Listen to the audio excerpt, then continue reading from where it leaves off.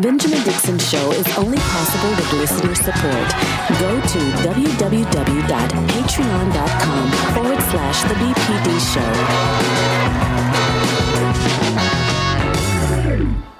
Today is Tuesday, September 21st, 2021. We begin with images and video coming from the border showing just how America treats black immigrants and asylum seekers. We're going to cover that and so many more other stories that are critical not only to our community, to this nation, and to the world. We begin this morning with On the Clock with Georgia Ford.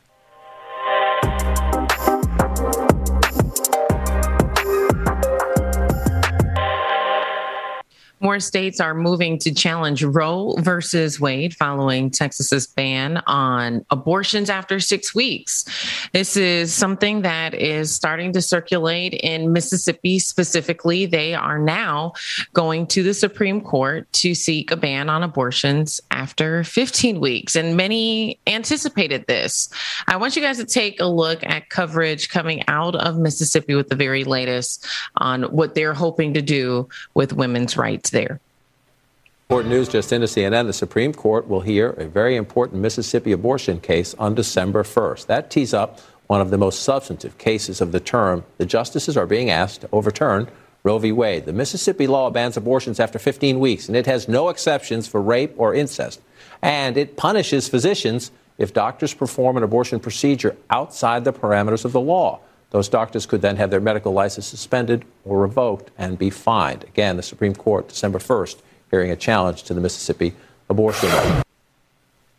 Now, Ben, we know that in Texas, they've already passed this law that will ban abortions after 6 weeks. It caused a stir across the entire country, people even going as far as to put systems in place to help women travel so that they could go to surrounding states to get an abortion if they need it. But now, seeing Mississippi pursue a similar law, I mean, the broader question is here, will Roe versus Wade be overturned? Well, we certainly know that that is the goal of the conservative movement, the so-called pro-life movement. And I definitely refer to them that way because in no form or fashion can we interpret what this movement is doing in the year of our Lord 2021 and consider them to be actually pro-life. That's the goal. And this, Georgia, I want to be sure people understand that this has been the culmination of a concerted effort over 40 years of diligent planning, financing, and all of the machinations, that you would expect from people who have enough money and power to put people on the Supreme Court. So this has been their goal, and I do believe they're going for the gold right here. Absolutely. And, to be transparent, this is definitely an issue that affects Black women. I mean, when you look at the statistics, disproportionately, Black women are seeking the services for a number of different reasons. And so to have the choice taken away from a woman on whether or not she wants to carry a child, I mean, you look at the most severe cases, and we've talked about this a lot, in instances of incest or in instances of rape, right? But on the other side of that coin, Ben, I mean, the people who are advocating for this are also the people who are saying that they want to maintain their choice of getting vaccinated. But then on the other hand, they're trying to take a woman's choice away of her own body. That's right. And that's an absolutely brilliant observation because they want the freedom to do whatever they want to in this pandemic, even if that means they have the right to get someone else sick and infect someone else. They're not asking just for autonomy over their bodies with regards to the vaccine. They're asking for the ability to infect others. Meanwhile, they're trying to rob women of their right to their same autonomy. Here's the thing, Georgia. What I've recognized with a lot of these conservatives is that this is like the only opportunity for them to even pretend like they're actually moral people. Because every other part of their body politic, or rather their politics in general, is aligned with something that is clearly immoral. These are the same people who support the death penalty, the same people who support war, the same people who support the pro-COVID policies. And so the only opportunity that they get on the international stage and pretend as if they're moral is in this particular fight. I just don't understand how you ban abortions, but then you don't have parental leave. enacted as a human right, or maternity leave at minimum. When you look at other countries, other countries are giving women a year off, 6 months off. We are the only developed country that doesn't have a mandated maternity leave. I want to turn to Texas. There's a doctor there who actually defied the abortion bill. Take a listen at this.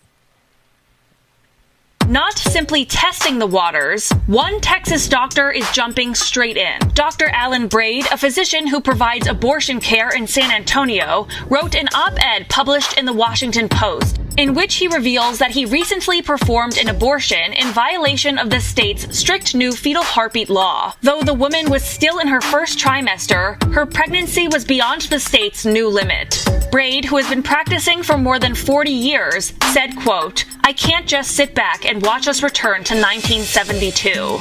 In accordance with the new law, which the Supreme Court opted not to block, any citizen could now sue Braid for performing the abortion. Braid says in the op-ed that he understands by providing the abortion and sharing it publicly, he is taking a personal risk, but says, quote, "It's something I believe in strongly." The abortion rights advocacy group Center for Reproductive Rights has pledged to defend him in any legal proceedings. The group is already representing Braid's clinics in a separate suit against the new law.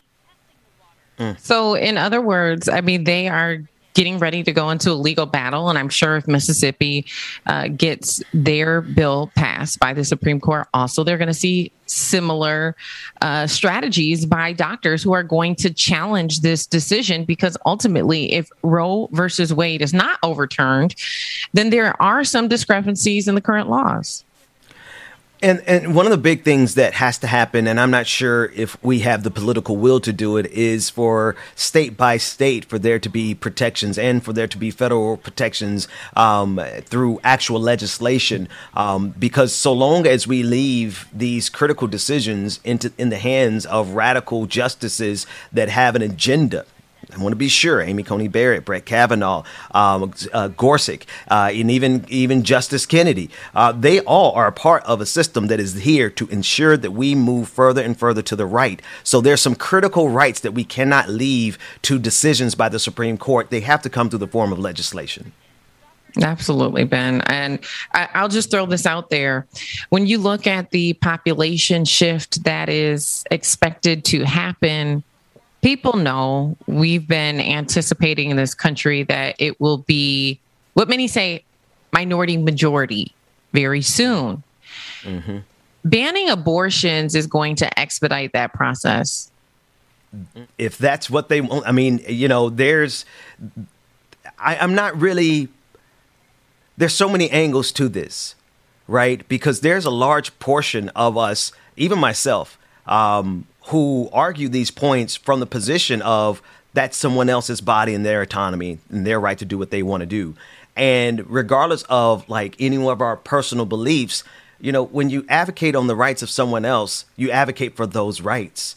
And if the sum total and the culmination of all these things, I think, Georgia, to your point, I think there are a lot of things that conservatives are doing right now that are going to ensure that they are the smallest group or majority minority in this country. And so if we look at what's happening with COVID-19, they are executing their own agenda for white genocide, if you ask me. Yeah.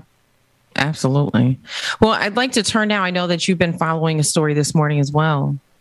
Yes, we're looking at yet again the Senate parliamentarian standing in the way, ostensibly, of progress. The Senate parliamentarian is a position that comes and makes recommendations about pieces of legislation that is passing through the Senate. And we have seen twice in this year alone how this parliamentarian is being used. I want to be sure, because this is not an attack on her, Elizabeth McDonough. She is the Senate parliamentarian. It is a hired position. It is not an elected position. But in a way, Georgia, we've seen that she's been used as a scapegoat yet again to justify the Democratic Party not delivering on some critical promises. We saw previously in the fight for 15. We see it now in the fight for a path to citizenship.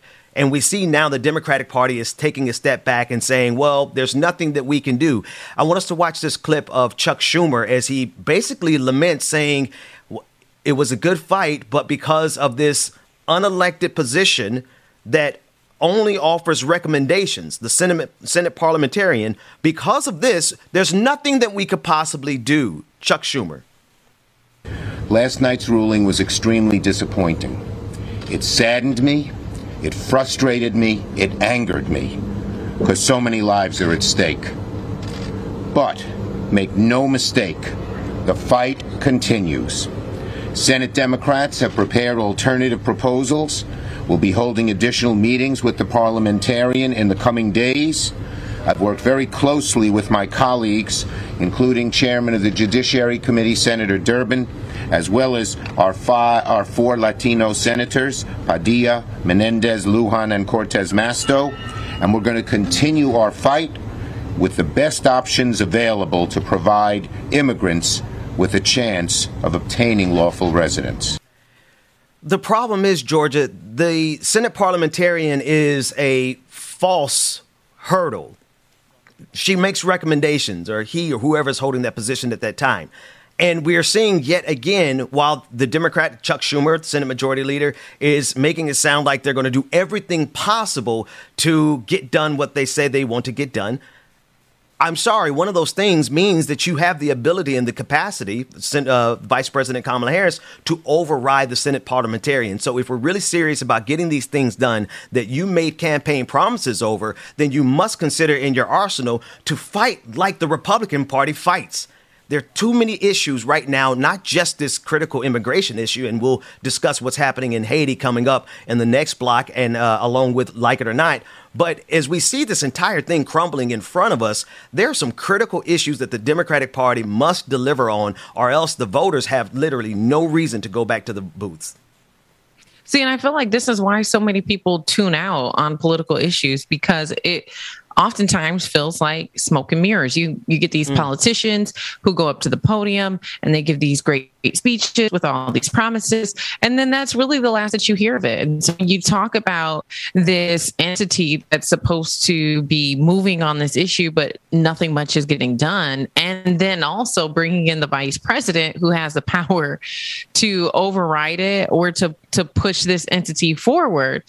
But she's not. I mean, even going back, there was something that Kamala said on immigration that I think disappointed a lot of people, and she discouraged people to not come to the border, not, just stay home. Like, I don't think anybody expected that from her. And I don't think anybody expected her to be as quiet as she's being. I think that there has been a lot of opportunities for her to speak up on specific issues, especially issues pertaining to the Black community. And she has decided to be quiet. I feel like when Obama was in office, we heard from the First Lady more. She was more outspoken than Kamala is as vice president.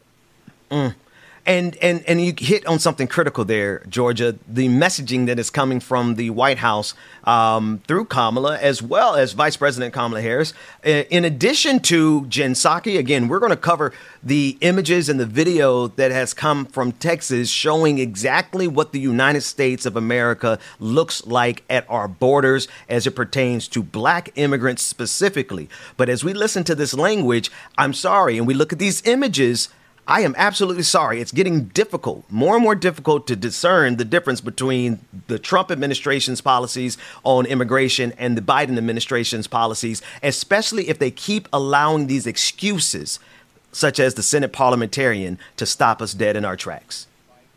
Well, and then when you talk about Trump's, former administration, some of the people who he appointed are still in office and they're still upholding those same values and that same racist rhetoric. So until the Biden administration cleans house, I mean, we're going to continue to have opposition on, on different bills that would move us forward and different efforts and initiatives that would move us forward. We're going to continue to get opposition. I mean, think about right before Trump was out of office, he fought tooth and nail to appoint someone to the Supreme Court. And now, even in seeing how critical the Supreme Court is on Roe versus Wade and issues on abortion, and not just now Texas, but also Mississippi, and what a critical role that his appointee has played in making those decisions. And so until the Biden administration figures out how to go in and clean house, I mean, Trump, he definitely was strategic in passing the baton and making sure that people were still in power that could uphold his values. Donald Trump's imprint on the judiciary is going to be something that we're going to feel for centuries if this country is lucky enough to be around that long. They have put a legacy there that is going to be impacting us for generations to come. And if the Democratic Party and our leaders are not willing to fight like hell the way Republicans have been fighting over the last 50 years to execute their agenda, if the Democratic Party keeps saying things like, we can't possibly overcome the filibuster, we can't possibly overcome the Senate parliamentarian, then we're going to have to make the conclusion that they are a part of this machine and not fighting against it. And I think maybe, we should have made that conclusion a long time ago. I have been saying for a long time that potentially we need a alternative party, because the Democratic Party, I don't think, represents the Black community as well as it should. And I feel like the Black community has done more for the Democratic Party than the Democratic Party has done for us. If it was Sunday morning, I would tune an organ because you're preaching, and we see it. It's so evident by the virtue of the fact that we delivered the country, and we specifically delivered Georgia in January in those special elections. Raphael Warnock and John Ossoff, we delivered. Black folks delivered. Absolutely. Now, what have they delivered to us? Absolutely. The one thing I will say that has surprised me about the Biden administration is that the way that they've activated the Department of Justice, the fact that there are currently 3 police departments that I'm aware of that have federal investigations ongoing right now in their departments due to either malpractice or misconduct or, a fatal encounter with someone from the Black community. So I will say that is the one thing that I think the Biden administration has been moving silently on, that they've activated the Department of Justice as a vehicle to investigate some of these police departments, but they have been dragging their feet with passing the George Floyd Policing Act. So while on one hand we're making progress, on the other hand, I still feel like we're being held back. That's right. They give and take. It's carrot and the stick. He pulls us out of Afghanistan, and then we do a drone strike in Kabul and kill an entire family. Like, there's reasons to applaud the Biden administration, but we have to be cognizant that that does not mean that we must applaud them on everything that they are doing. And here's some critical issues that they need to step up on. Yeah. Well, I want to turn now to Virginia, where there was a school shooting. We're going to take a look at coverage on this issue. In Newport News, Virginia, police cars and anxious parents converged on a high school after shots were fired. Police were on the scene outside the Southern Virginia High School just after gunfire rang out this morning. 11:38 today, we responded to a call of a shooting inside here at Heritage High School. 2 17-year-olds were shot and wounded, one in the face and one in the leg. Officials said that they were targeted by a teenager they knew. Both of those shooting victims are 17. I have a male that has been shot in the side of the face and a female that's been shot in the lower leg. Neither one are considered life-threatening. The shooter was at large for several hours before police made an arrest this afternoon and recovered the weapon. Investigators believe the suspect knew exactly who he was going after.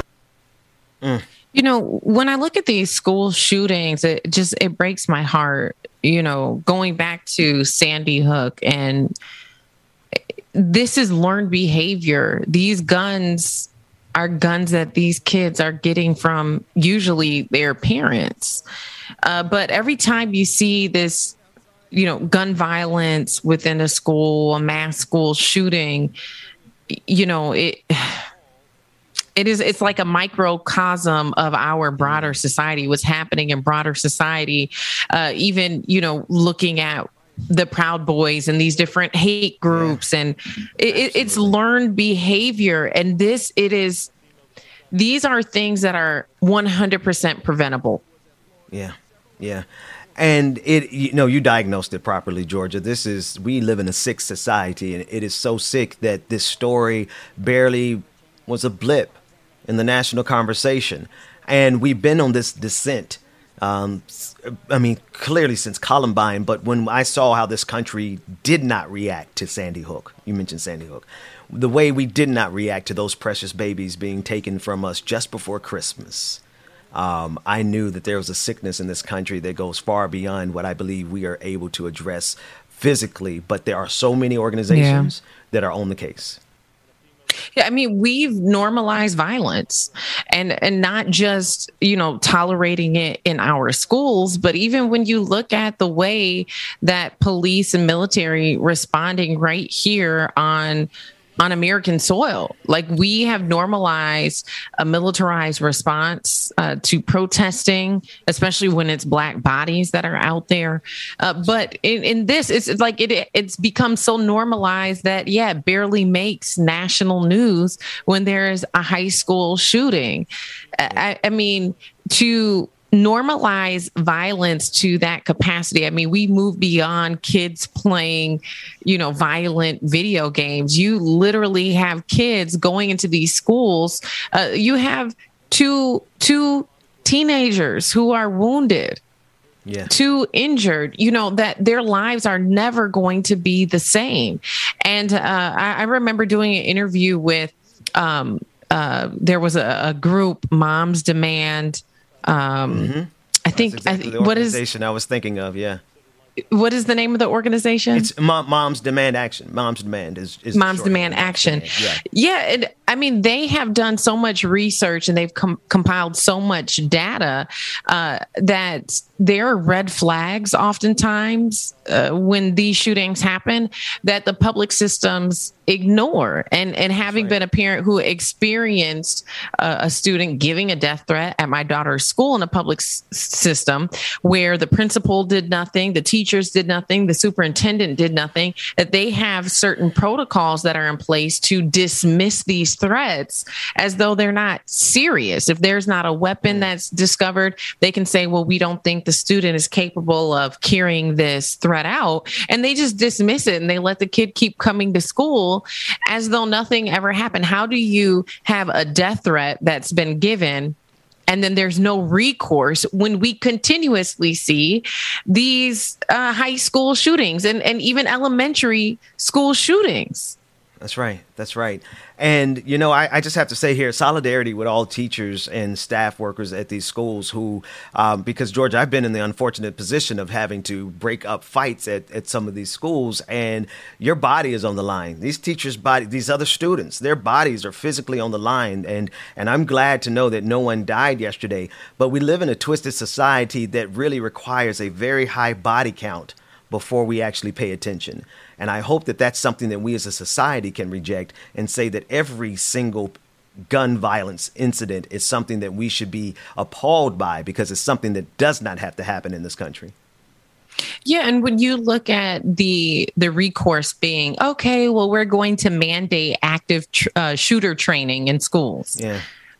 When that is the solution, like, we're just going to teach kids the tactics and the tools that they need to survive an active shooter on campus.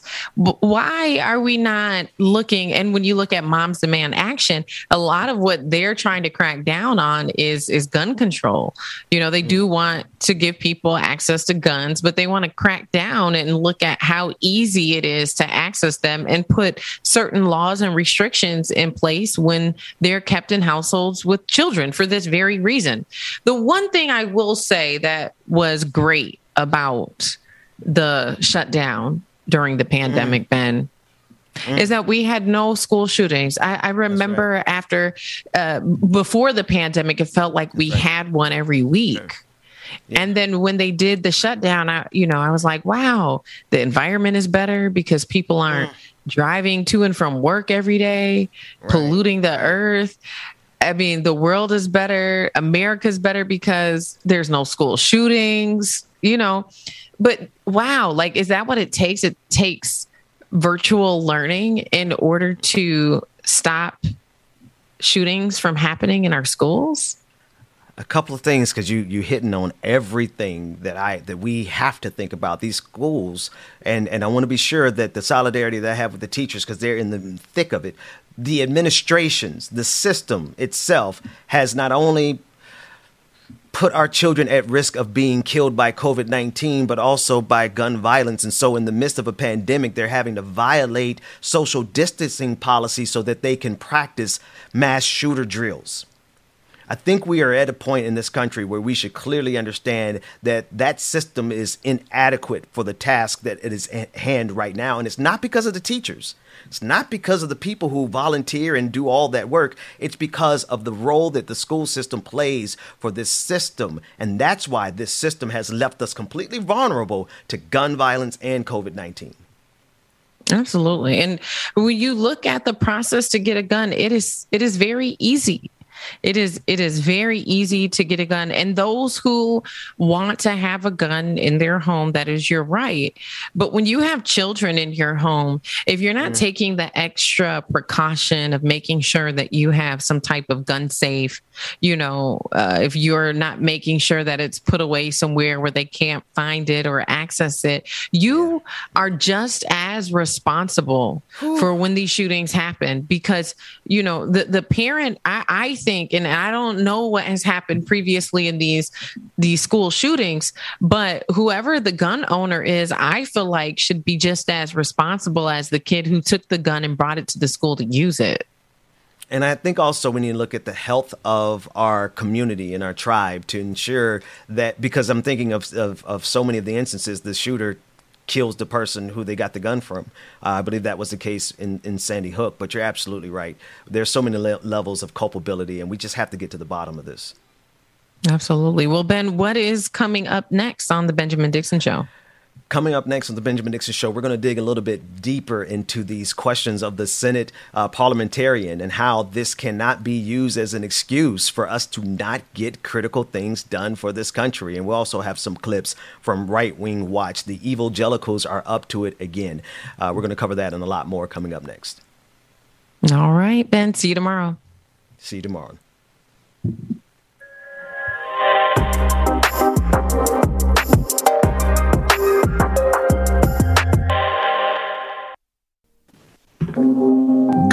Good morning, everybody. You know who it is. You know the voice, you know the sound. It's your boy DJ Exclusive. James Bubba Williams is in the building. Good morning, everybody. What's going on, y'all?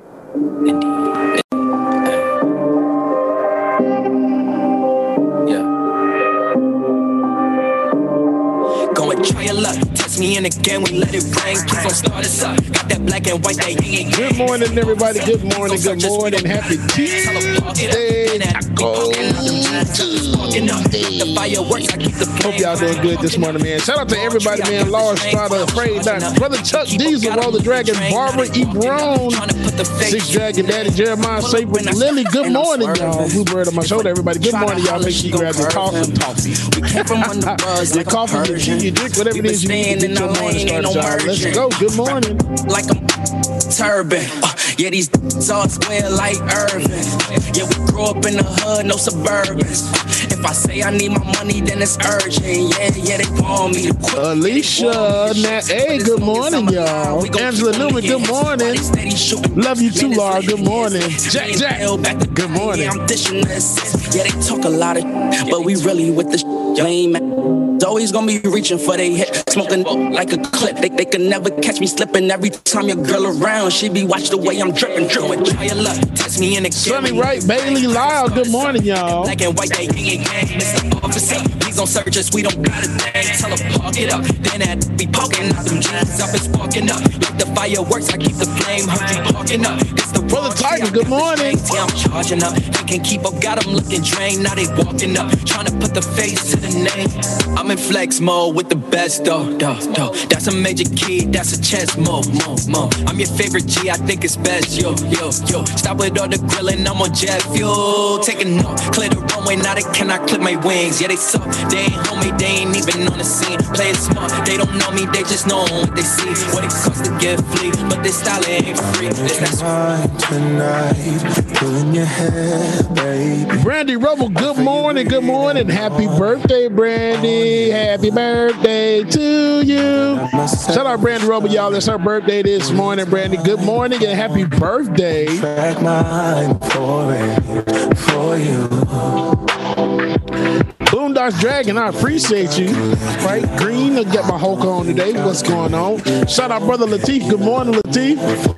Patricia Kevz, good morning, y'all. On and on it goes. Good morning, Angela. Track Natasha, what's going on, y'all? Good morning. Ear Hustler, what's going on? Good morning to you. You love me before I go. You love me before I go. Tell me what you want. Tell me what you need, baby.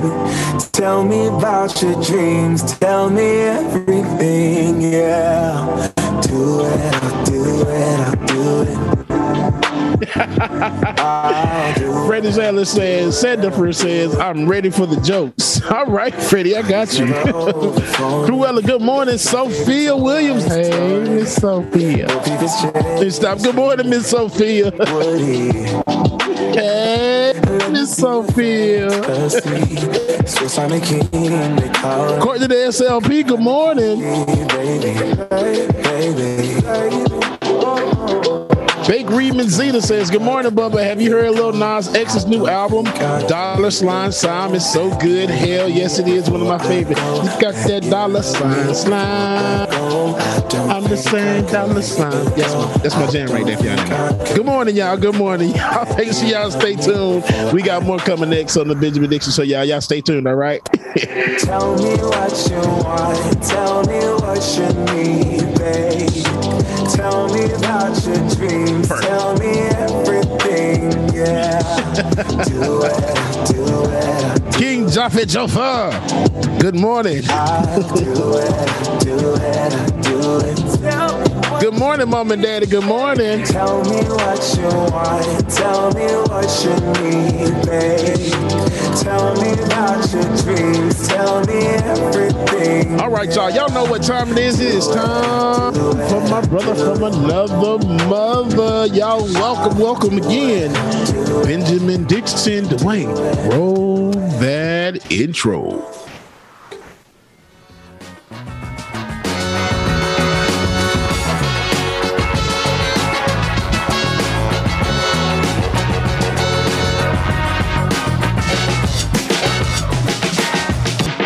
The Benjamin Dixon Show is only possible with listener support. Go to www.patreon.com/The BPD Show. Welcome back, everybody. It's Tuesday, September 21st, 2021. I am here with none other than the exclusive himself, DJ Exclusive. How you doing, brother? I'm good, sir. How you doing this morning, man? I'm a giggle box today, but I'm good. I'm here. Hey, man. I might join you on that train simply because the stories that we have to cover, man, are heavy. Heavy, bro. I saw. Before I even get there, man, shout out to everyone who's watching Facebook, YouTube, Twitter, Twitch, all those places. And James, thank you for being like one of the things that happened as we were transitioning from being YouTubers only to doing what we're doing now.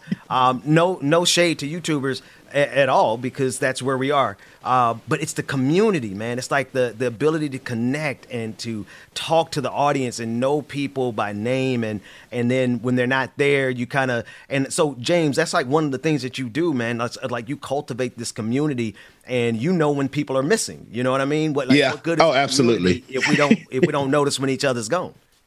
Right. Absolutely. You know, I love interacting and talking with everybody. It's a small family. You know, I have a severely extended family, and I love it. I'm here for it. and I was like, I said, hold on. I said, Self, now I got to get a little bit more participatory in these patron parties because, you know, if the only person they are seeing and talking to is James, then I don't know if I even got a show no more because Man, what are you talking about? The people are always here for you, man. Like you, man. You the ringleader. Bro, you like the little bad with the baby's kids. You like the ringleader. You always one that's climbing on top of the refrigerator, and I'm the one that's like, okay, I guess I'm gonna go up there with him. I guess. You the one to catch me when I fall, man. You the one to catch me when I fall. I'm here, brother. Hey, man. That said, let's take a look at some serious happenings. I mentioned this briefly in the last segment with Georgia Ford talking about the drone strike. The closing salvo in the 20-year war that we just left out of Afghanistan. We did not leave without a parting gift in the form of an entire family being murdered by a drone strike. I want to take a listen to this clip as we now understand the full scale of the quote-unquote mistake, the mistake that rings in my ears as a war crime. Let's take a listen to it. I'm here to brief the results of the investigation I directed following the report of civilian casualties from our strike in Kabul on 29 August. Having thoroughly reviewed the findings of the investigation and the supporting analysis by interagency partners, I am now convinced that as many as 10 civilians, including up to 7 children, were tragically killed in that strike. Moreover, we now assess that it is unlikely that the vehicle and those who died were associated with ISIS-K or were a direct threat to U.S. forces. I offer my profound condolences to the family and friends of those who were killed. This strike was taken in the earnest belief that it would prevent an imminent threat to our forces and the evacuees at the airport. But it was a mistake, and I offer my sincere apology. As the combatant commander, I am fully responsible for this strike and this tragic outcome. I appreciate the responsibility that he's taking, right? I do know underneath perhaps the last administration, they wouldn't have said anything about it, you know? So maybe we could look at this as progress. The United States is owning up to its war crime. He didn't call it that. Those are my words. But James, you know, bro, you've been on this journey with me for at least a year plus. Do you see how barbaric this country is when we just take a step back and see what they've been doing on the international stage?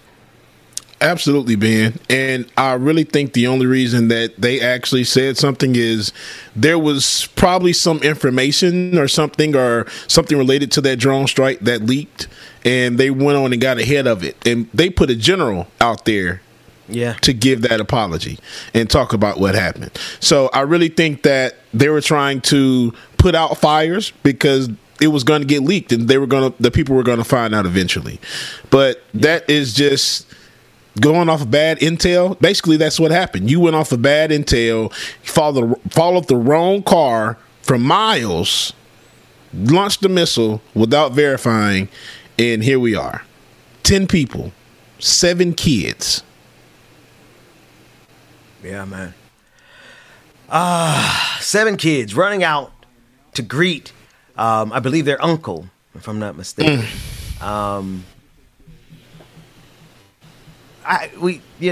This is not President Biden. Let this be your last drone strike. How about that? Yes. How about that?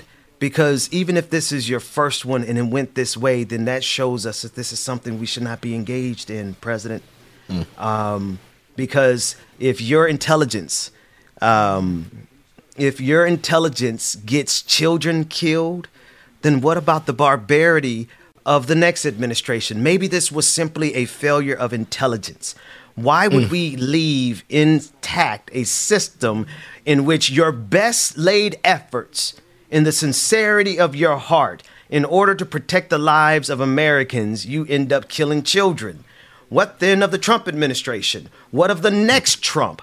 So it's not going to be enough for me this time around for y'all to say, oh, well, we're sorry. How about never again? Maybe we should have done this one last, James. Let's see if we can do a good shift here. Let's go to Mitch McConnell, our friend in the Senate, our friend from Kentucky. Turtle, we got Turtle. You know who does the very best impersonation of Mitch McConnell? Mundell. No, Mundell. I stole it from Mundell.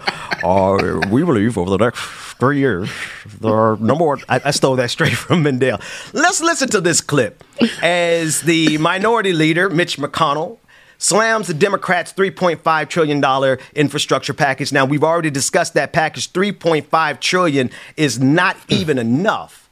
That should be the floor. And they're treating it not only some Democrats, Joe Manchin is treating that as if it's the ceiling.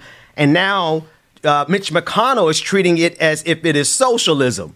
You see the absurdity here? Let's take a listen to Senate Minority Leader Mitch McConnell. Look, I could go on all day. The reckless taxing and spending spree that Democrats are riding behind closed doors is shaping up to be exactly what they promised. An effort to exploit this terrible but temporary pandemic as a Trojan horse for permanent socialism.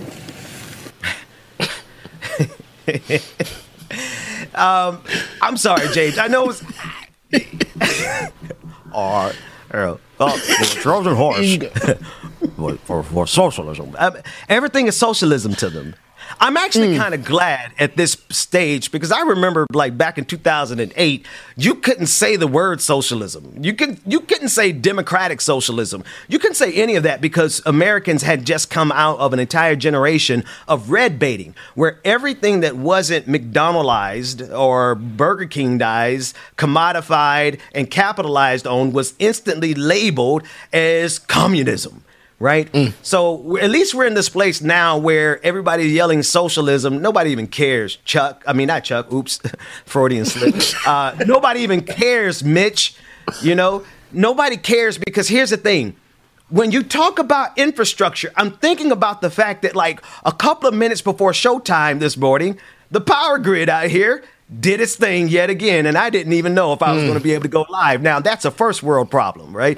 I'm thinking about people who are in the city, man, how many miles do you have to go to get a decent MARTA stop, right? And then how many miles you got to go in any city to get some public transportation? The thing is, James, that they're trying to scare us away from the very things that we need to continue going to work, to continue going out to play, to continue going out and consume. They don't even want us to be able to drive on good roads as we go to their factories.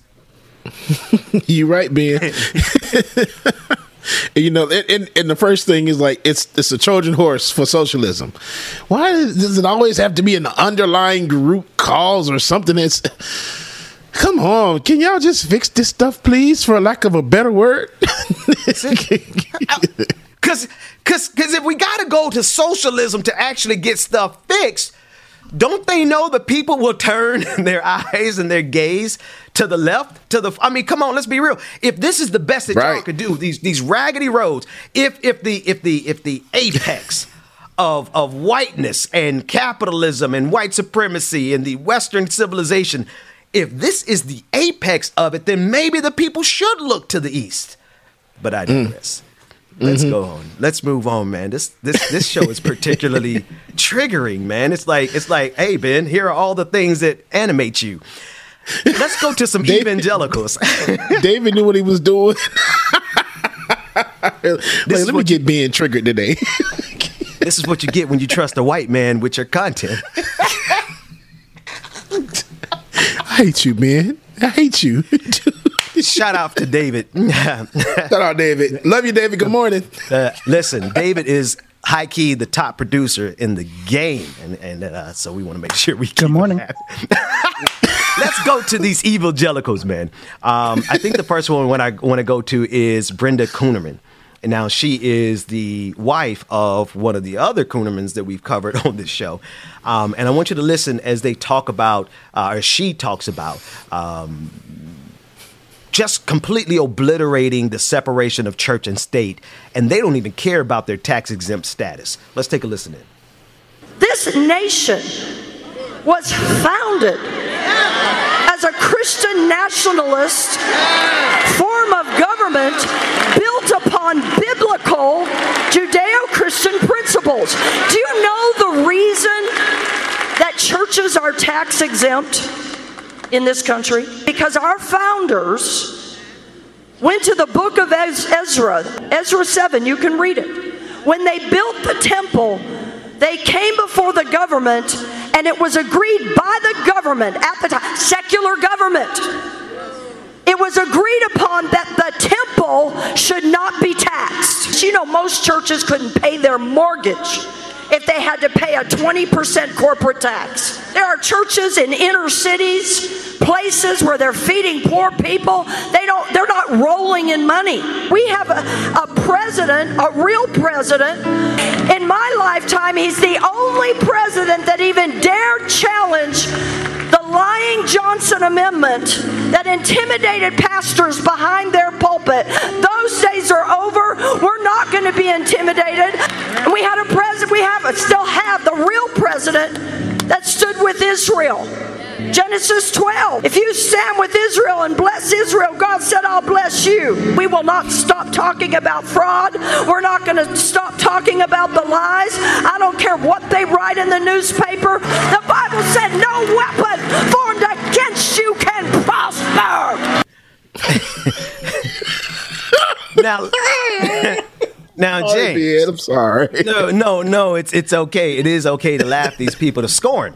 But I want to make sure that we peep the game here. Because if you just kind of tune in for a couple seconds, it's going to sound like something that might get you excited, especially if you come in at the last end part of it, where she's like, no weapon formed against me shall prosper. You know what I mean? You say that and you're going to get black folks all over the country like, they're going to feel something. But if you listen to what these preachers are saying in their totality, the president that she keeps referring to is Donald Trump, right? The amendment that she's referring to is the Johnson Amendment, giving the outlining what churches can do, and more specifically, what they're not supposed to do in order to maintain their tax exempt status. Donald Trump made it seem like it was the biggest affront to churches, and so he attacked it during his administration. I'm not here to defend the Johnson Amendment, but I just really want people to understand how it is applied differently in communities. Because these white evangelicals have never respected the Johnson Amendment the way they have demanded that black churches respect the Johnson Amendment and respect the separation of church and state. Does anybody recall what happened with Jeremiah Wright? Does anybody recall President Obama's former pastor, the right Dr. Reverend Jeremiah Wright, who preached the sermon, Goddamn America?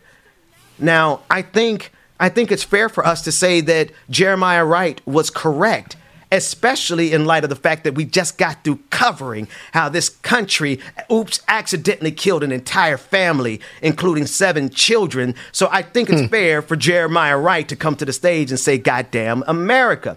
That said, Barack Obama almost lost the presidency because of how Republicans made it seem that it was so critical that we maintain the separation of church and state at that time. But now all of a sudden they're like, what separation of church and state? It's because they're serving a particular brand of Christianity that is subservient to power. When the reality is that our faith, the liberation theology, it's really about turning the system upside down, man. It's about speaking truth to power. These folks ain't speaking truth to power. They're speaking truth to try to maintain power. That's what they're doing over there. My gosh, today. Brother Ben, you said some words right there, man, and you flipped it on his head. Especially when you said that the only thing, it used to be separation of church and state. Now there's no separation. Y'all, all these evangelicals that we cover all the time, now it's the same exact thing. Y'all make sure y'all pay attention to that. Especially Elvira over here with the little kitty cat heel on, but I digress. James. I'm sorry, I had to get it out. Because high key, can we not see that these These people who are on these platforms across the country every single Sunday, they are preaching a quote unquote gospel that serves greed. Mm-hmm. They're preaching a gospel. It's almost as if there are more evangelicals across this country who would look at me and say, oh, he's a socialist, so he's going to hell. As if somewhere in the Bible it said the root of all evil was the hatred of money. Don't the Bible say that the love of money is the root of all evil? And here these evangelicals all across this country are promoting a theology that services greed and nothing more. I think we really do see who the Antichrist are on the stage. It's those evangelicals who are wearing that Make America Great Again hat, if you ask me. You know what? I'm about to load a church organ sound into my bank, my sound bank. That one, and then when you spray that word, you know how I get started. Or you could drop some trap music, man. I think we did enough. Did we deliver a message enough in time? We got all the stories in. There's some more that's coming up. Man. Maybe we'll take a quick 5. I tell you what, let's take a quick 5, and when we come back on a quick interlude, we got another clip from Drew Comments. We played a clip of his yesterday, and it was absolutely brilliant. I want to play another clip today on a little intermission. Our producer was saying something. What was that we're doing? Oh, we got Jeremiah Wright. I want to ask evangelical something. Y'all really want to dispense with if you really want to dispense with the Johnson Amendment, then I'm going to go across the country and make sure every single black pastor is preaching exactly like this come Sunday morning after Sunday morning. Run that clip. And the United States of America government, when it came to treating her citizens of Indian descent fairly, she failed. She put them on reservations. When it came to treating her citizens of Japanese descent fairly, she failed. She put them in internment prison camps. When it came to treating the citizens of African descent fairly, America failed. She put them in chains. The government put them on slave quarters, put them on auction blocks, put them in cotton fields, put them in inferior schools, put them in substandard housing, put them in scientific experiments, put them in the lowest paying jobs, put them outside the equal protection of the law, kept them out of their racist bastions of higher education, and locked them into positions of hopelessness and helplessness. The government gives them the drugs, builds bigger prisons, passes a 3-strike law, and then wants us to sing God Bless America? No, no, no. Not God Bless America. God damn America, that's in the Bible, for killing innocent people. God damn America, for treating her citizens as less than human. God damn America, as long as she tries to act like she is God and she is supreme. So you gotta understand, that's kind of preaching I came up underneath. James, we'll talk about this more. We'll talk about this more, because if I keep running, if I give commentary here, we're gonna be going to church. James, take us to the track. We'll be back after this. You ain't lying, Ben.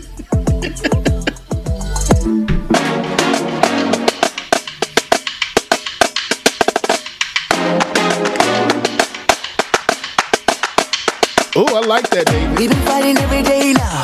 Y'all make sure y'all stay tuned. We got more coming. The next Black of the Night is coming next. Rebecca Azor. Rebecca Azor. I said you're going to be doing this. So make sure y'all stay tuned. I should have saved these from Thursday, having some throwback Thursday set, but we can still do that too, because I got something for y'all. There you go with apologies. It's alright. You don't mean it, and I don't wanna try no more now. It's too late. I don't wanna hear you say you're sorry. It's too late. From the church to the trap, y'all hear it. It's alright. See, I'ma walk away 'cause I'd rather be alone now. It's alright. Girl, you better recognize. I got it. I got it. Baby, you don't wanna act right. Give your chance after chance and you're blue. And I had to be the bigger man, always saying what I don't do. All right, y'all, real quick while we still got the chance to, let's go ahead and get our new Patriots read off for the morning. There you go, with apologies, it's alright. You don't mean it, and I don't wanna try no more now. I don't wanna hear you say you're sorry. It's too late. All right, y'all, here we go. New patrons for yesterday. We have Luke Kang. Shout out, brother Luke Kang. Help me 08. We have new Twitch subscribers. New Twitch subscribers, we have Chief Boris 007 and Chief Boris 007 also gifted 5 community subscriptions. Nivis X resubscribed and commented, "Thank you all and keep fighting the good fight. With you all the way to glory. Cheers, fam." They've been subscribed for 3 months, so shout out to you, Nivis X. Mimosa Dragon resubscribed and commented, "Good morning." 8 months. Wow. We almost have a baby.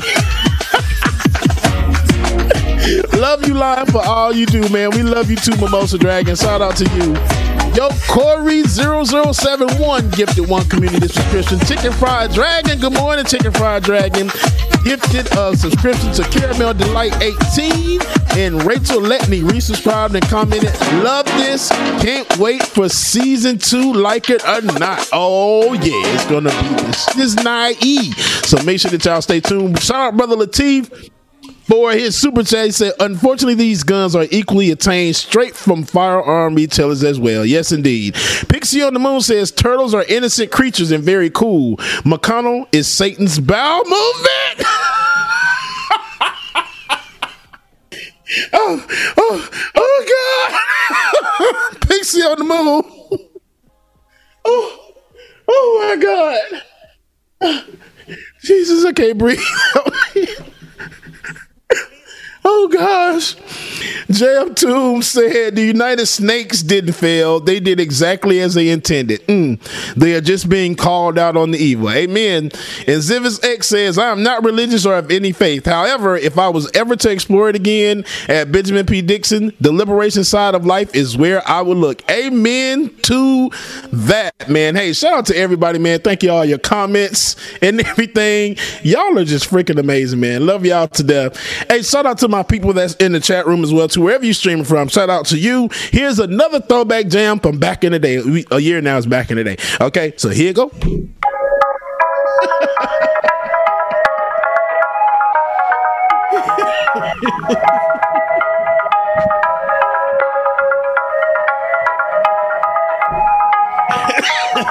Excuse me. I walk through the fire and it couldn't even hurt me. There's a lot of demons out here trying to deter me. Personally, time wasters are unworthy, so I tell them cut it out like the Lost Boy. Good morning. Not will, thank you for that. I appreciate you. Overdriving with my foot on the pedal. And y'all keep me laughing. If I can read half the stuff that y'all posted here, man. It's the model S and no, it's not a rental. Fresh like Wendy's lettuce, drip so torrential. One flick of the wrist make it feel elemental. I was always meant for greater things. According to their Sophie, that's right. This is One Law song. When I tell you One Law, whenever he's down there in the chat room, this is the song that he asked for. It's called "Call Me King." It was no mistake. I was gonna be great, born to spit flame, born to acquire the fortune and fame. This was no mistake. This was no accident. As a prince, I was passionate. Life was an action flick, and now my castle extravagant. You see this crown? Yeah, they calling me king now. They calling me king now. But this what I've been about. You see this crown? They calling me king now. They calling me king now. I'll adjust my camera so y'all can see the crown on my head. I think I'm the chosen one. All my dreams are coming real. I'm just like a frozen sun. Oh, the Lost Boy. Lost Boy says good evening from Tokyo, Bubba. No, I'm the chosen one. Just like James the Lost Boy, Tokyo is like been one of the places I've always wanted to go to. So when I tell you, I am trying to get there. Shout out to you for tuning in, though. And good evening to you. There's never no babies, but when I make them, people gon' praise them. I want a little prince in the princess. All right, y'all, I'm gonna step away off camera real quick because I forgot to plug up my light. And as soon as the show starts, watch it's gonna go there. So Dwayne, take me down for one quick second. Let me plug my light in, okay? It was no mistake. I was born to be great, born to spit flame, born to acquire fortune and fame. This was no mistake. This was no accident. As a prince, I was passionate. Life was an action, flipping out my castle extravagant. You see this crown? Yeah, they calling me king now. They calling me king now. But this what I've been about. You see this crown? Shout out to my DJ equipment. They calling me king now. Doing his own scratch. Calling me king now. Yeah, they call me king. That auto scratch. That's that new news. Calling me king now. They calling me king now. But this what I've been about. While we wait for the show to start, why don't we just light it up a little bit? Ben, you want to light it up some? Yes, sir.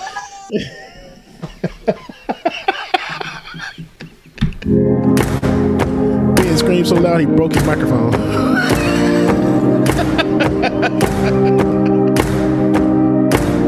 According to the SLP, right, somebody bumped the table.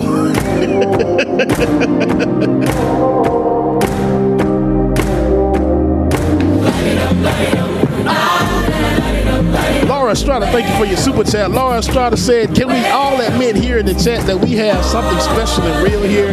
Thank you, family. Love you, Laura Estrada, man. Yes, we do here. Terry Covington, thank you so much, Terry. We appreciate you and love you too.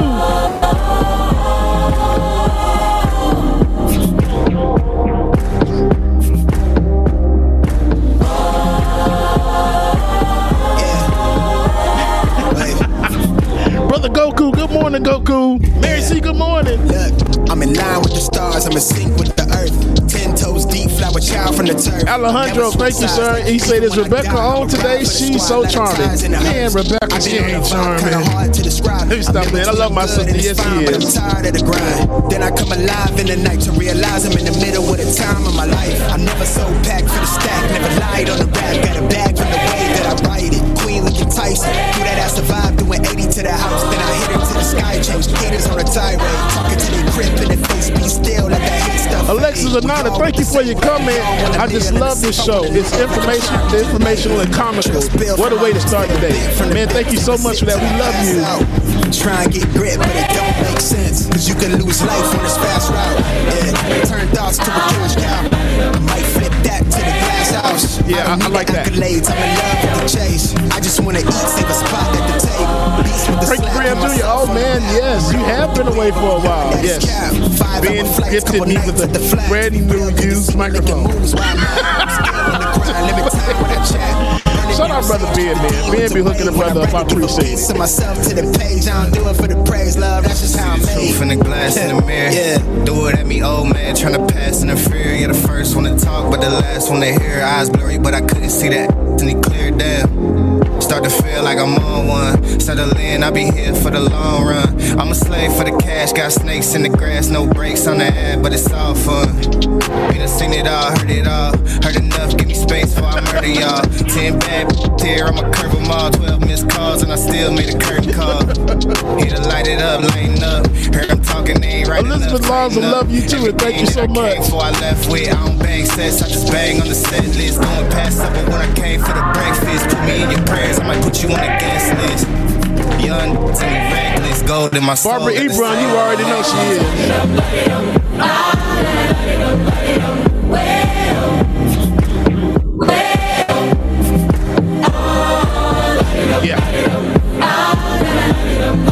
All right, y'all, real quick, we got something that we want to play for y'all while we wait to get Like It or Not started. So, Dwayne, roll that clip for me, please. I asked the doctors on stage what are the long-term effects of the vaccine, and not one of them could give me an answer. Never thought I'd see the day when the YOLO generation would care so much about long-term effects, but yo, no cap, I'ma keep it a bean. I ain't gonna hold no arms. Vaccines in general don't have delayed long-term effects. These ain't no different. 1 or 2 shots that induce a natural immune response ain't gonna come back to bite you years down the line. Any adverse effects that could happen will take place in the first 8 weeks, and even those are extremely rare. But you know those commercials where they be like, if you took this medication, then you may be entitled to compensation. Yeah, but those be for drugs that people use for extended periods of time. Not a vaccine that ain't do nothing but warn your immune system of a threat. Like if you drink 4 Locos at a party in 2010, you didn't start randomly throwing up 5 years later. Probably had a good time at that party though. First of all, mRNA and long-term shouldn't even be in the same sense. Because mRNA is extremely fragile. Matter of fact, it's the only thing in this world more fragile than the male ego. Ain't no woman disagree with that. That's why Moderna stored at -4 degrees Fahrenheit and Pfizer stored at -94 degrees Fahrenheit in order to slow down the degradation process. Your body's sitting at about 98.6 degrees Fahrenheit, which means getting one of these vaccines is like putting an ice cube on a Foreman grill, or a grown man trying to use his wife's shower water. The mRNA is broke down after about 24 hours. Spike protein is gone after about 72 hours. Here for a good time, not a long time, baby. And during that good time, the mRNA has no way to escape the cell cytoplasm to the cell nucleus. So no, it cannot alter your DNA. It's too busy having its polyadenine tail shortened by exonucleases and the deadenylation-dependent mRNA decay pathway. The nonsense-mediated decay pathway and some other mechanisms I can't even pronounce yet. mRNA gonna stick around shorter than the dude who asked a woman what she bring to the table. Back in 2011, human trials took place on the mRNA platform of cancer patients. Them same folk doing just fine, many of them raising kids and paying child support. CDC is also recommending pregnant women get vaccinated so they can pass the antibodies on to their babies, like preschool for the immune system. What do they think of her next? So that's 30 years of research, 10 years of human data. That's researchers from the whole world. I'm way more concerned about the long-term effects of COVID and them milk crates than I am about these vaccines. Man, go get your shot, man. Bruh. Hey, man. Hey. If I had known that was out there, I would have just been playing that for months versus me out here trying to make an appeal like, go get the vaccine. Go. Nah, man. Drew Cummins got that thing on lock. Oh, yeah, dude. He has. I remember when I first saw that video, I was like, yo, where's this video been? It's like, he spit some facts. Right. Okay. You lost me. You know, and I'm be honest with you. Like, you know, I like to think I'm smart. That brother start going down the list of all the ingredients. I just glazed over and got it to the beef. Boom. Right. You did. At that point, I'm like, I'm going to take his word for it. You know, that and the researchers at the CDC and and Kizzmekia. What was Kizzmekia's last name? The black sister who actually developed the Moderna, right? Vaccine. I believe it was Moderna or Pfizer. It escapes me right now, but shout out to the people who are doing the work and the science for Moderna. Yeah, you're right, James. I should just listen to James these days. That said, oh yeah, that's how I found that out from the Joy Reid clip. That's how that was. Yes. Thank you, David. I forgot. I mean. Listen, it couldn't have been any more serendipitous. Let's roll the clip of Joy Ann Reid as she discusses misinformation and the vaccine. Hip-hop star Nicki Minaj, essentially she made public her own vaccine deliberation, which according to trusted friends is a better way to describe vaccine hesitancy, which, by the way, is not the same thing as refusal. By doing so, Nicki also used her social media platform and her 22 million Twitter followers to cast doubt on the vaccine to a heavily black audience. Needless to say, both my comments and her series of infuriated responses went viral. I feel like every moment is a teachable moment. And this might be the one that illustrates on Twitter in public how hard it is for us to talk to each other on these two sides of the get the vax, don't get the vax aisle. There's a lot of frustration and anger among those of us who feel like we've been doing the right things to try to end this damn virus, and those who are just plain not doing the things.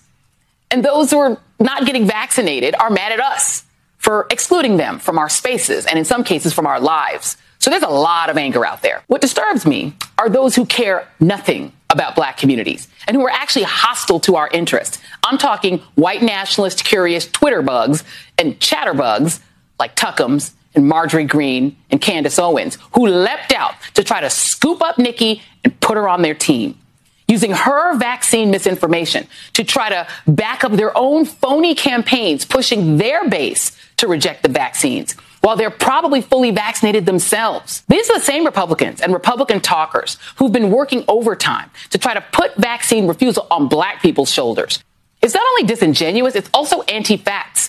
The data is clear that it is Republicans, and more specifically Republicans who listen to Fox News and people like Tuckums and Margie and Candace, who are the majority of those refusing to be vaccinated. Black Americans are overwhelmingly Democrats, and we poll like Democrats when it comes to our willingness to get the vaccine. So we are not the problem. But that said, Nicki's tweets point out a very real thing. There is still a lot of vaccine hesitancy among black folks. Everything from just being reluctant or fear of potential side effects all the way up to conspiracy theories about the vaccines that are causing people to refuse to take them or just delay. And that needs to be addressed. Let's be clear. There are good, solid reasons for black people to have these doubts. Our history in this country when it comes to the medical and medical research establishments are not good. When we had a sociopath president in office who was manipulating the CDC and the FDA, pushing for a quickie vaccine by election day so that he could assure his own reelection, you could count me among the hesitant. Trump nearly broke the once trusted CDC and the FDA to the point where you couldn't be sure that you were hearing from the scientists and not just the political hacks when either agency spoke. And so, yeah, people like me were real hesitant. But luckily, there have been doctors and scientists who could reassure those of us who were willing to be reassured that the vaccines, once they came out months later, were indeed safe and had been produced without any Trumpist input, whether or not they came through the unfortunately named Operation Warp Speed. Excuse me. We didn't have to do our own research because we could literally talk with the black woman, Dr. Kizzmekia Corbett. That's it. I'm glad it didn't go that long. That was perfect, right? Because that's the sister who developed it for Moderna, right? I said it with the most countryest accent I can conjure up. That was Mississippi in me right there. And I want to make sure, like, this is completely irrelevant to the conversation, but I just like to note that I am still to this day blocked on Twitter by Joy-Ann Reid. So I'm not a Joy-Ann. I'm not. Ben, what happened? Were you trolling her, Ben? Nah, man. I was just, listen, probably. No. Well, in my former life, I was a pretty good troll. But that said, no, we clashed with Bernie and Hillary back in 2016. So anyway, I digress. The point is, I ain't got no love for Joy-Ann Reid, but man, she nailed this segment though. There's no doubt about that. She nailed this one, and I'm glad she came back and put this out there because there was a lot of things that needed to be said. And she's right. A lot of people just don't talk about the main things or the main issues and reasons why we have this problem, That's it. But I'm glad she made that statement now. Yeah, but with that said, like it or not, it's about to go down. Like It or Not with Benjamin Dixon starts now.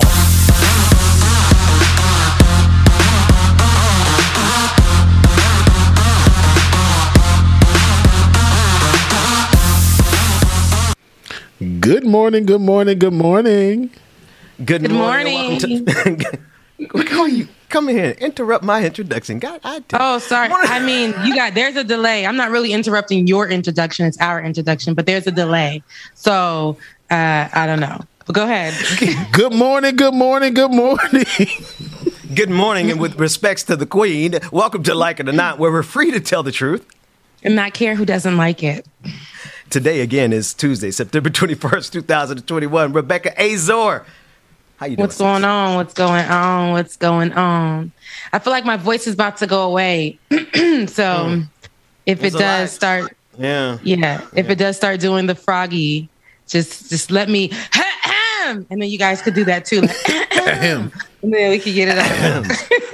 Because I know I do it a lot, and I try not to. I'm just like, excuse me.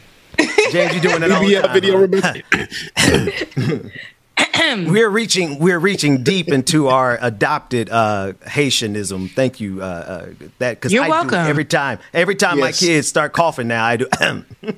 The ancestors are proud because I bet you the kid is looking at you like, and then it's helping them take it out. I'm telling you, it's facts. Like it really works. It does. Right. Agreed. So what's up? What's up this morning? I saw y'all discussing Joy-Ann Reid's comments, and I didn't hear everybody's. I was trying to get it in before she got here.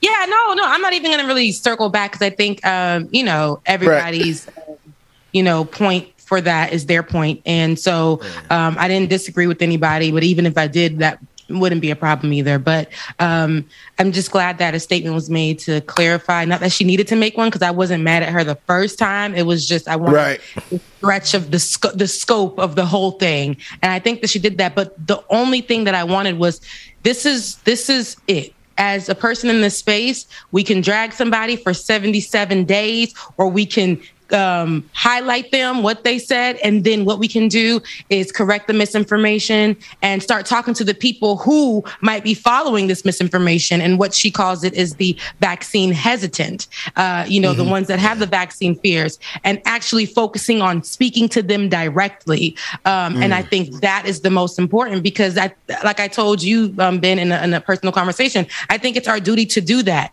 Like, forget the celebrities. I'm not saying that does not matter, that they're using their platform. It really does. But Joy-Ann Reid also has a platform. So it's almost, I understand the numbers are different, but still, if we're hey, listen, to those who have the fears and the hesitancies of getting this vaccine, listen, here, A, B, C, D, get the vaccine. It's going to save your life. Here's why. Yeah. Here's where you can go. Here's where this and that. Because y'all, this past weekend, I don't know if you got, there are 2 Haitian women on Wyclef Jean's internet really going head to head, right? They're really going to head to head.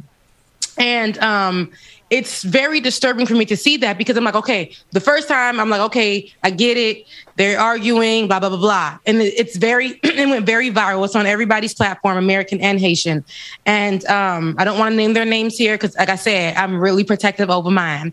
But I felt that so much stuff is happening in Haiti, but the focus was on these 2 Haitian influencers, right? And so much stuff is happening in Haiti, but the focus for Haiti for that full week was on the BS, right? And I'm like, I get it. The first day, fine. Second day, okay.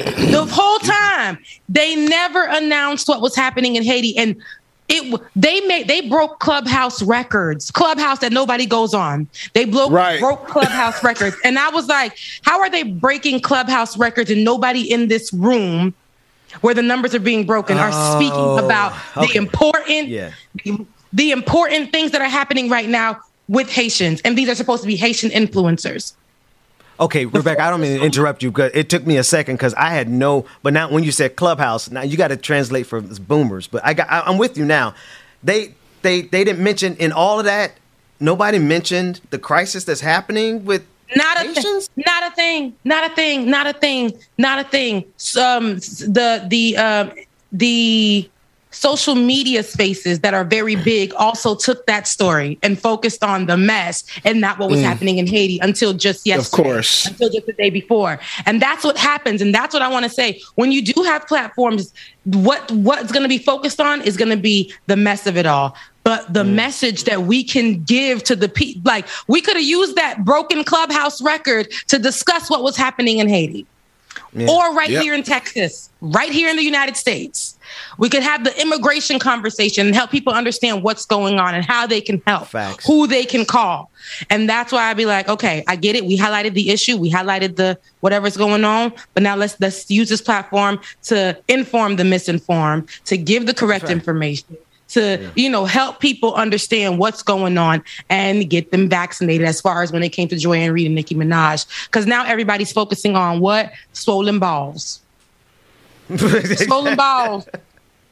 And I'm like, this ain't right. But that's why I liked that's the only thing I had a problem with, because that's what happens. And again, y'all can fight me. Y'all can meet me at the door. I still stand by what I said. I will not bully those who are vaccine hesitant. Rebecca was about to cut me. Rebecca was about to cut me. I wasn't about to cut him. I was going to cut you. We're not going to agree on it. And I get it. Everybody's not going to agree on everything when it comes to this vaccine. But we can have a conversation. What's that? Something that I learned from you.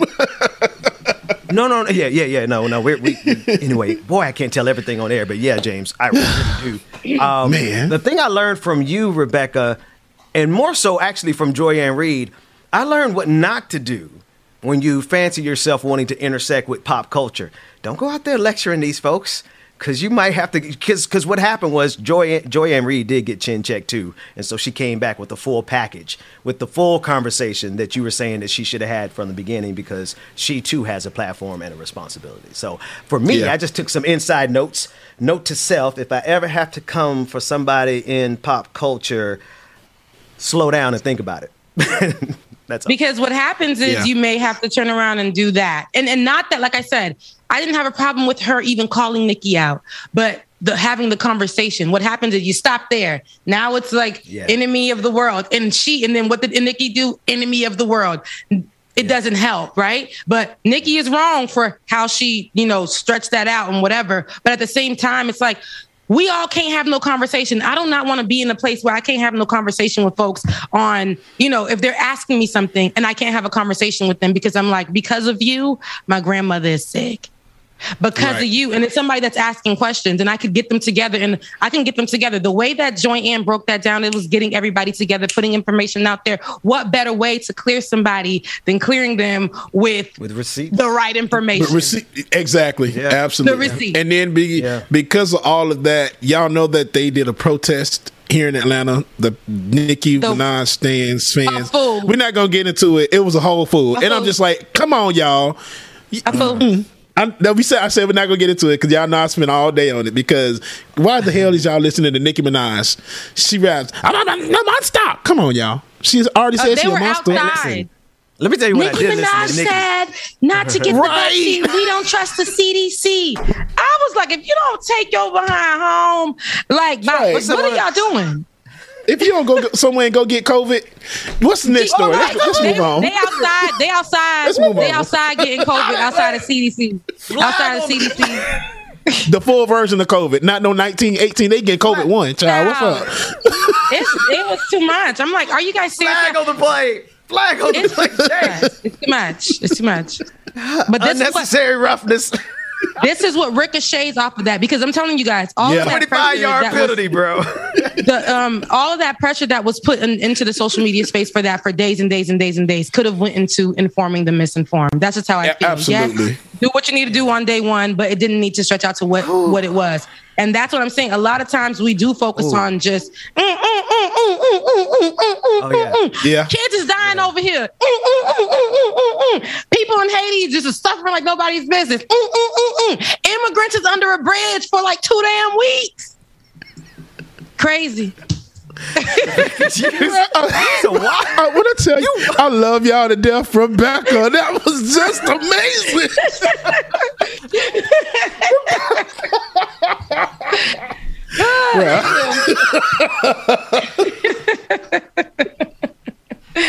Yeah, it's too much. It's Tuesday. It's Tuesday. Rebecca, we love you, sis. Love you back. Oh my gosh. Now I don't want to. I'm not going to steer the ship, Captain. I'm going to step to the side. I'm going to be your number one here. Star Trek reference. So you tell us which way you want to go, because with this kind of joy that you just fostered, I'm loath to have to move from it. But I mean, there's some stuff. Definitely got to cover. Stuff that we saw yesterday. It was about have me, So let me tell you. Yeah. After getting off of the show yesterday, there were a lot of images coming up yesterday when we were discussing the Haitian immigrants under the bridge in Texas, in a isolated town of Texas, and discussing how immigrants are being treated, Black immigrants, particularly here in America, how they're treated, African and Caribbean immigrants. I said specifically when I say Caribbean, mostly Haitian immigrants, and they're under this bridge, and how they're treated in America is trash. This is before the bridge situation. But yesterday, after coming off of the show, these images, you guys, and I almost wanted to resend them to you guys in sepia or black and white, so that you guys can ask me what year these photos were taken. Because if we put them in sepia or black and white, what we get is this really happening right now? This is giving us this is so racist, you guys. I don't know. I want to, you know what? Before I say anything, I want you guys to hear from the officials themselves. I hope that you have those thoughts that I dropped from Jen Psaki, press secretary, because I need you to hear what. Thank you so much, David. You're the man. But I need you to hear how they discussed what was happening here. So let's roll just whatever first clip. what is the White House's message to Haitian immigrants seeking asylum? Is there a place for them? We extended TPS several months ago and again reevaluated to ensure that we were taking into account what was happening on the ground in Haiti. That does apply to people who are here who arrive before a certain date. We are also surging resources and taking a multi-pronged approach. We've been working with the American Red Cross to bring in much needed resources. We've worked with World Central Kitchen to bring in meals, and we have been expediting repatriation flights, both to a range of countries in South and Central America where people may have come from, and some back to Haiti. That is what our focus is on at this point in time. And our message continues to be, as you've heard Secretary Mayorkas convey, now is not the time to come. We don't have the immigration system up and running in the way we want, including there is still a pandemic and Title 42 remains in place. No matter whether it's the people who left, the Haitians that left in 2010 and traveled to South America and now trying to travel here, or the ones who left after this earthquake. Either way, what is there for them to go back to? We have also been working to provide a range of assistance, working closely with officials from the government as individuals are going back to Haiti, to provide a range of financial assistance, to provide a range of technical assistance. That is ongoing. There are photographs and reports of border agents on horseback using what appear to be whips. I have seen some of the footage. I don't have the full context. I can't imagine what context would make that appropriate. Hey, so Rebecca, go ahead. I have so many questions, and I've had so many questions. Like, for one, they've already started deporting them back. Where are they sending them to? They're sending them to Where Haiti. exactly are they sending them? They're sending them to PAP. So when they get there, they're going to be when they get there, they break them apart. PAP is Port-au-Prince,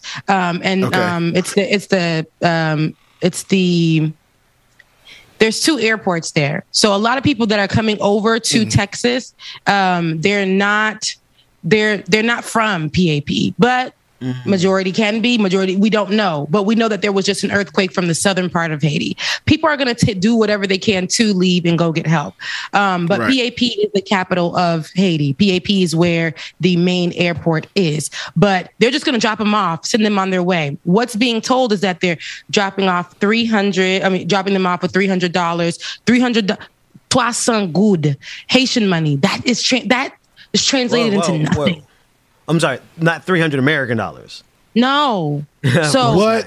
Of course. And this is what they're telling. This is what they're telling them on the ground. These are what the Haitians that have been sent back are saying. So they can say whatever they want in the media, but it is what it is. Where they're going to go, how they're going to go back, they're going back to nothing. Most of them. The reason why they're coming here is not for fun. You think they want to come here? No, they have to come here because they think this is the only reasoning they have. If you ask these Haitians, they're going to say, my life here in Haiti isn't the best. I don't want to leave it, but this is what's happening for me. Now, back to this footage and these videos and things like that. When we hear Jen Psaki speaking, right, for Biden, right, she's the mouthpiece for the Biden administration. When we hear her speaking, and she said that they need to see the full context of what's happening. I could have went through my computer screen, my phone screen, my television screen. I could have walked with no shoes on down to the White House, risked my life, opened up them doors, found her in this press briefing room and ripped her a new one. Are you telling me when you look at these pictures, you need full context from what you're looking at? Not only is it the pictures, you can watch just a few seconds of the video and see what's going on. And you're telling me that you need full context of police officers in Texas on horses with whips that are whipping these Black immigrants. You tell me that you need full context? That tells me everything I need to know about the leadership in this country. It tells me everything I need to know about white people who watch images like this and tell me they need full context. She even tried to say, like, make it make sense. You say what you saw was clearly unacceptable, but you need an investigation. You need full context of what happened. So y'all just letting the Border Patrol do their own damn thing. That's all that is. There's no control. And some things here, some things are literally understood. Okay, you can look at something and understand it. We watch this. If you watch the video, you can literally see what's going on. A whip on Black immigrants. That is not something that just came out today. That's historical with the boat people, you know? So I look at this and I hear her talking, and then she says, we're dropping them off, and, you know, we were getting them back home. It is not the time to come here because we don't have our immigration policies, you know, in order. And we have the Red Cross assisting them. The Red Cross assisting these people. We already know what the Red Cross has done. Not a thing. 6 homes with the millions of dollars. Hundreds of millions, if I'm not mistaken. Hundreds of $500 million. Raised the bag. And this was for the first earthquake. They've raised mad money in between with other organizations and this and that and that. But somehow the money is not making it. The money ain't making it there. And if it is there, it's not making it to the people. With that money translated into Haitian money, villages can be reproduced, redone. Yeah. Food is, they'll tell you there, all we got to do is farm our own food. We've been doing that. That's not the issue. We need shelter, right? We need like other things for ourselves. Like it's not that we need food here, but you guys have taken away resources from us. Naturally. And when I say you guys, the U.S., like they've come in and taken away like some of their farming businesses and things like that, where they cannot eat in certain areas because of that. I talked about yesterday how the Clintons took away the rice farming from them. There's so much that goes into it. And I'm not only blaming the U.S. We have other countries. The fact that the U.S. is going to put themselves into the business of other Latin American countries where Haitians are there and say, assist them with taking them Haitians home. How dare you? It's none of your business. That's why they ain't come here. They went there. Not to say that sometimes even there, they still get treated, they mistreatment, but they know damn well they wouldn't make it here. They know my aunts and them are in, like I said, is in Chile, and some of them are getting very much mistreated, but they do compare it. They weigh it out. Mistreatment here, mistreatment there, mistreatment here, mistreatment there. And they're like, let me go and figure out my life. This should not be happening, you guys. And let me tell you something, though, about these Haitians. They going to hold that bag of food. They going to hold them containers. I'm going to tell you that right now. You going to try to whip me. But Rebecca Azor. I need to put that in there because what I did watch that, I said, that man said he is not letting go of his food. One thing about us, we not about to be out here hungry for y'all. We if they supplying food, and you can tell these are containers that were given by people who are dropping off and donating. I can't do it with this woman, man. Listen, please. Listen. But let's take a listen to what the migrants are saying. We're having a hard time. Our family sends us money, but we can't eat. We have children, but don't have diapers. Look, now I have to cross to the Mexican side with wet money to be able to buy things for the child, and we have nothing. We're unable to eat. I need help with everything that's happening to us over there because there are a lot of children, and they're only removing the single parents, and the children are left alone. Just imagine. We've got our families inside, dying of hunger. We've had to go out to buy food. You can see the tense scenes here. The Border Patrol are trying to stop people getting back into the camp after they went across to Mexico to get food, they say, because there isn't enough food for them actually there in the camp. There's little in the camp for them. Sanitary products? There aren't any. Food? There isn't any either. They don't give you anything. We met Nicholas on the Mexican bank of the river, searching for food and medicine for his family. He hadn't realized until we asked him about it that US authorities are also now flying Haitians back home. What kills me about that is that everyone knows what we Haitians are going through. There's no president. Crime is high. Students can't go to school. There's no work. The economy is down. People can't put up with that. Deportation is not good for us. He said he'd suffered to get this far, on a journey through South America, past gangs and through a patch of jungle called the Darien Gap, notorious for rape and robbery. It was really difficult. I saw a lot of us who died.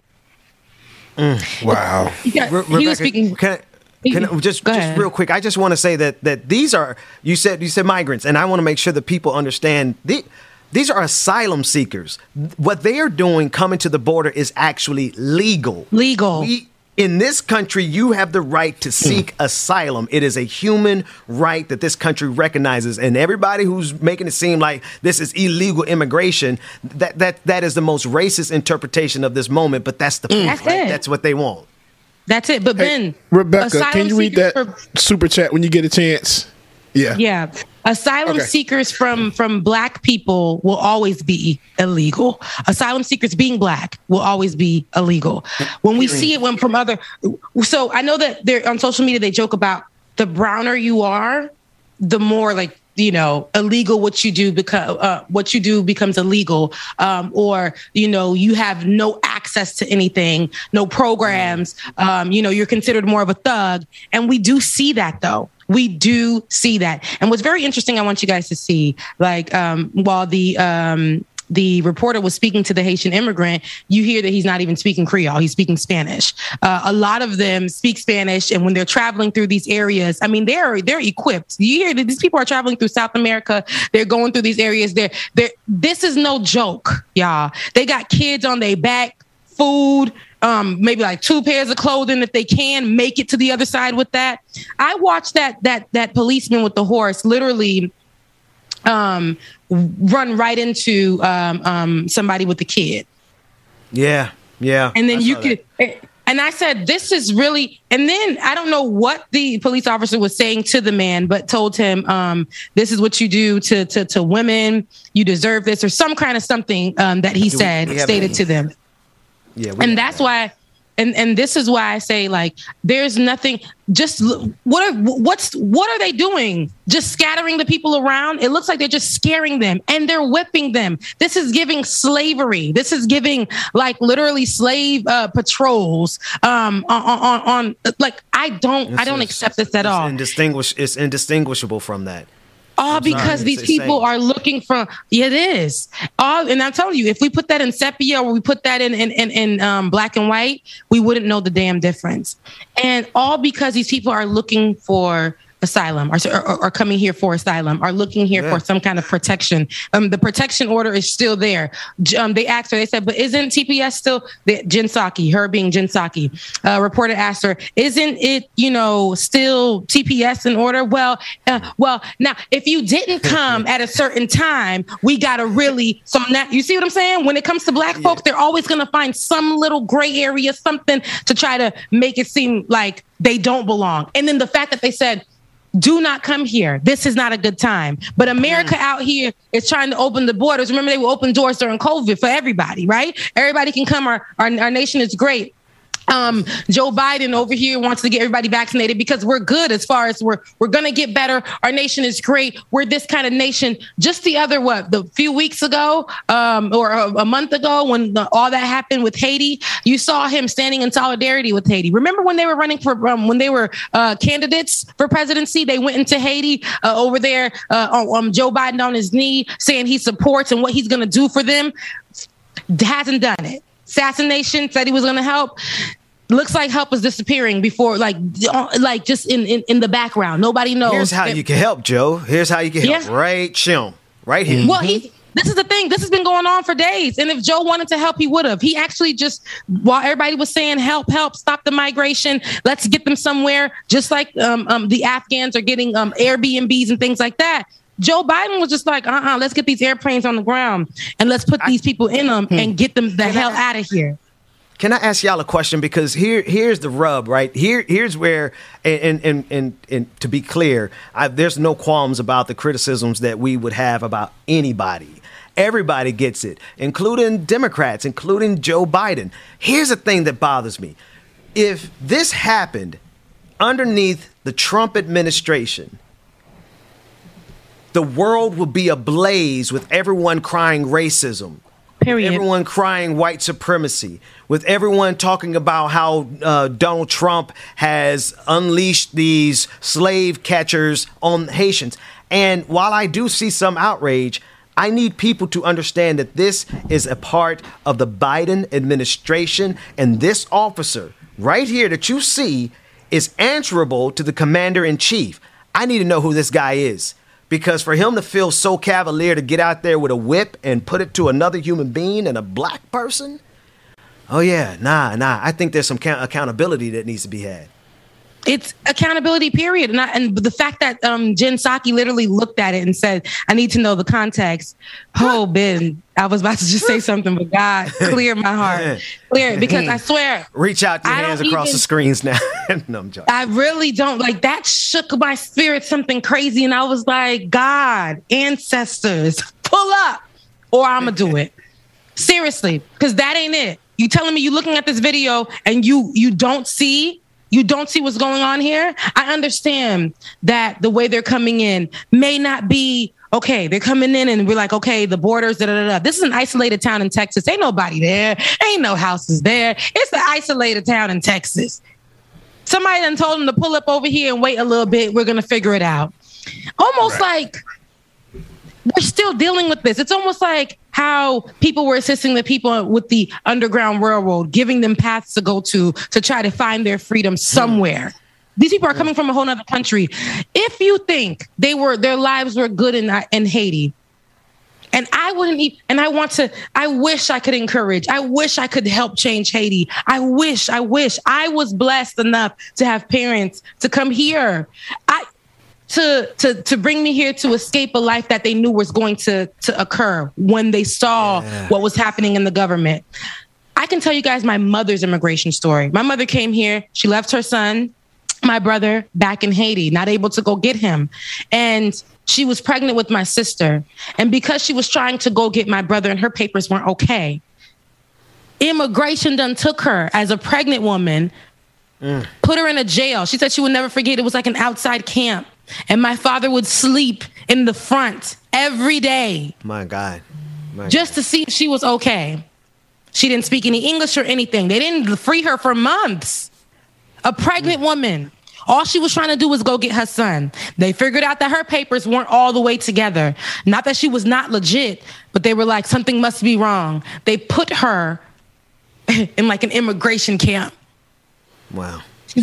She was like, they would watch her pee. They would do all of that. She said, thank God there was a guy there who wanted to protect her because he knew she was pregnant. My dad would sleep out in the front, guys, for months. I said yesterday, if you ask a black person their immigration story, a black immigrant, you ask them their story, and you ask somebody else, a white person, their immigration story, it will never compare. They literally, my mom and dad had to come here. And yes, it was not easy. It wasn't easy. They get here. My dad been here since he was 17. It wasn't easy for him, but he started working in a system where he was actually bending the laws a little bit to help a lot of people stay. He was working for like HRS and immigrant. No. It's cool. It's cool because it's cool because the system has changed, and because of him, a lot of people got their papers. Because of my dad, a lot of people got their papers and were able to stay and able to buy houses and able to, do that. And then it's the same thing I do at my job now. And for my mother, her story, it's ridiculous to know that happened. But if you ask them, even the journey after that, it was so hard when it came to getting a job, right? It was so hard when it came to being accepted in a community that you bought a home in. It was so hard to even get a home loan. Everything was made 6 times harder for everyone who was a black immigrant. It's just what America does. They feel like they have to make you suffer for it. When it could be available to you right there. There are programs that can assist. There are this and that, but it won't be available to, for some damn reason, black immigrants. They're going to make it harder for you. They're going to make it harder for you. I'll read this super chat from Sandy. She said, her heart is with Haiti. She said, keep the focus on how U.S. treats black immigrants. This is how they feel about African Americans in America. This is exactly what it is. This is exactly what it is. Forever and ever and ever, for history, black Americans in this country. That's what I said. You can look at this video and almost look at it as something from way back in the day with like literally like some underground railroad stuff. These slaves leaving these slave homes and running and being on a path, and these slave patrols just pulling up on the other side of the river and whipping them to go back. We all share the same stories. Like, it's ridiculous. Black people who have, like you say, Ben, I love when you say this, Black people who have history that goes way beyond those white people who are here in America suffer so much more. They're treated like immigrants here, like literally. Rebecca, to that point, I just don't see there's absolutely no reason whatsoever for Black people, and I'll speak for me, to have any animosity at all towards our cousins who are on the other ship that just went in a different direction than ours, right? We're all children of the diaspora. And to that end, no, our story, it's the same thing. So much so that when I saw that yesterday, it was so triggering, sis. I went and watched Django Unchained. You know that scene? I saw that, what you posted. Do we have that picture? Like, if we run the video clip, they're going to shut us down. At least YouTube will. But I just need to cleanse our palate, because that was some mighty strong white supremacy yesterday at the border. Yeah. No, it was mighty. It was so racist. I was just like, are we seriously sitting here? Is our representation of the country really saying this out of her mouth? Like, and then using Senator Mayorkas out of Texas as example. But I'm like, what he said was not better. So you can quote him all you want to. So that's what they do. Like the Bible, they'll take specific areas, and if it works for them, they'll use it. But you know. No, Rebecca, you can. A new government took power. Oh, there he is. Yeah, no. But that's Mayorkas discussing. This is Senator Mayorkas. Yeah. Secretary Mayorkas. He is the Department of Homeland Security Secretary, and he's talking about these quote unquote repatriation flights. Nah, this is deportation in the face. These are asylum seekers. America is violating human rights at the border, but what's a little human rights at the border when we don't respect human rights within the borders or outside the borders? This is just another day. It's just another day. So people were asking how they can assist and how they can help, right? So I don't know much on how we can help with what's going on, but I do know I follow a few pages and I've been reposting them on my social media. I'll put it on my Twitter page. But one thing that I know, Haitians Belong, which is they're fighting for what's going on over there. It's an organization called Haitians Belong on IG, Instagram. They're saying that you can call, email your federal legislators, right? Find your state U.S. senators at senate.gov. Find your congressional representative at house.gov and urge them to stop deportation of mass migrants and to create an easier pathway for asylum seekers. Right now, that's what we have, right? Is beating up the phones, just getting in there and literally cold calling these folks. Don't call them and be like, fuck you. No, don't do that. Sorry. Oh. I owe y'all 100. I owe y'all 100 for the we made it so close. I was like, we did. And I didn't even curse when I was mad. But don't call them and do that. Don't call them and say profanity. Call them and tell them what you want done, right? We need to create a clear path for all asylum seekers, no matter the color. What are you doing about it? Right? That's what we need to do. And for those who are locally in Texas, I know that there is a Texas group of patients that are going to update me on what else can be done within the day. So once I find that out, I will be putting that on my social media with what we can do there. There's so much going on with Haiti, guys, and I don't want you guys to be discouraged as to helping and assisting. Everything that I say on the show and whatever organizations that I say on the show or whatever, they're going to be ones that are directly working with Haiti. I want you guys to understand that. I will never steer you guys wrong. I don't want you guys not to help Haiti. And I also don't want you guys to look at them like, oh my gosh.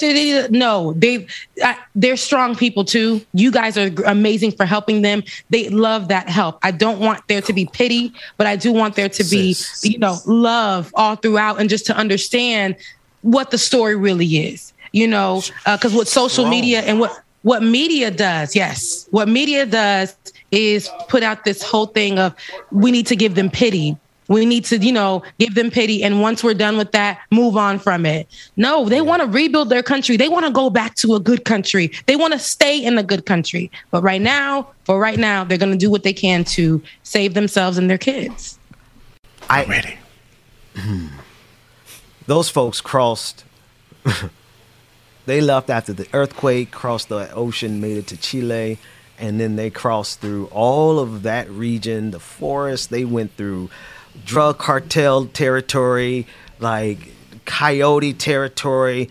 And they did it with their families. That's some ancestral strength right there. Period. This is not anything that this is, and they're sitting here, they're getting whipped. They're holding their kids. They're running away. That was a tight grip on that bag, though. What we're not going to do is drop this food, baby. What we're not going to do is drop this food.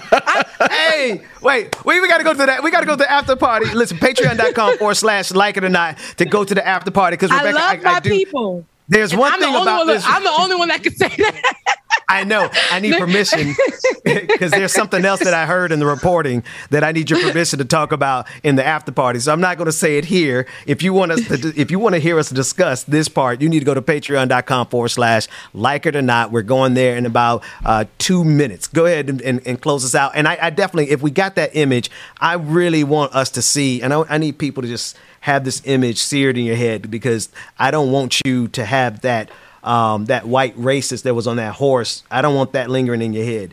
Keep this in your head as it pertains to whips. Go ahead, Rebecca and James. Let's take it over to the after party on y'all. It was a black man out there too on that horse. I saw him. Unfortunately, well, it's systemic. I tell you guys, it's systemic. It's still racist. It don't make it no less racist. People are embedded. That particular system is embedded in white supremacy, and it doesn't make it any less racist. We know people. What was that man name that played in the movie Django that was carrying that part as well? Thank you. So they all have that. Anybody can have that on the other side. Because how you in the presence of somebody whipping a black person, and you a black person, and you don't go full Django Unchained? That's it. How can you feel comfortable as a black person whipping another black person? How can you feel comfortable doing that? What did we see down in Florida? Remember what we saw them Cubans doing? I will vote for Donald Trump. Remember that? Hey. They will pick a side so quick. My God, today. Oh, man. Anywho, I need you guys to understand, listen, it's the solidarity. I love you guys. Thank you for supporting. And if you see any information or anything that's being blown out of proportion of the discussion that I had earlier of 2 female Haitian influencers on social media talking about anything other than what's happening in Haiti right now, you challenge them and tell them Rebecca sent you. Period. Love you guys. Mean it. Hey, James, it's your world. After party, patreon.com. And if you're not coming to the after party, Brother Pascal, DJ Exclusive, you got it. That's the Emmy music. Let me shut the hell up and wrap it up. Baby, you set my soul on fire every morning. And my apologies, y'all. I had to step away and do something for work real quick. And maybe we can't y'all thank y'all again so much for joining us this morning. If you're not joined to the after party, you can become a patron. Patreon.com/like-it-or-not, or patreon.com/the BPB show. That way you can get access to the patron parties, what else? Patron party, exclusive content, then the after party. So make sure y'all go join today. Patreon.com/like-it-or-not, or patreon.com/the BPB show. Good morning again, everybody. If you're not coming, we'll see y'all tomorrow. Oh, wait a minute before I go. Affirmation is, I love and care for my body and it cares for me. I love and care for my body and it cares for me. Y'all go be great. Have a great day, everybody. Taco Tuesday. Indulge. Have fun. Love y'all. Meet y'all in the morning.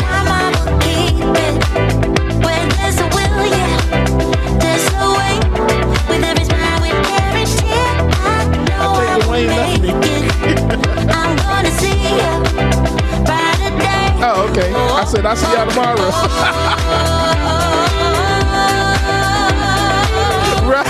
Time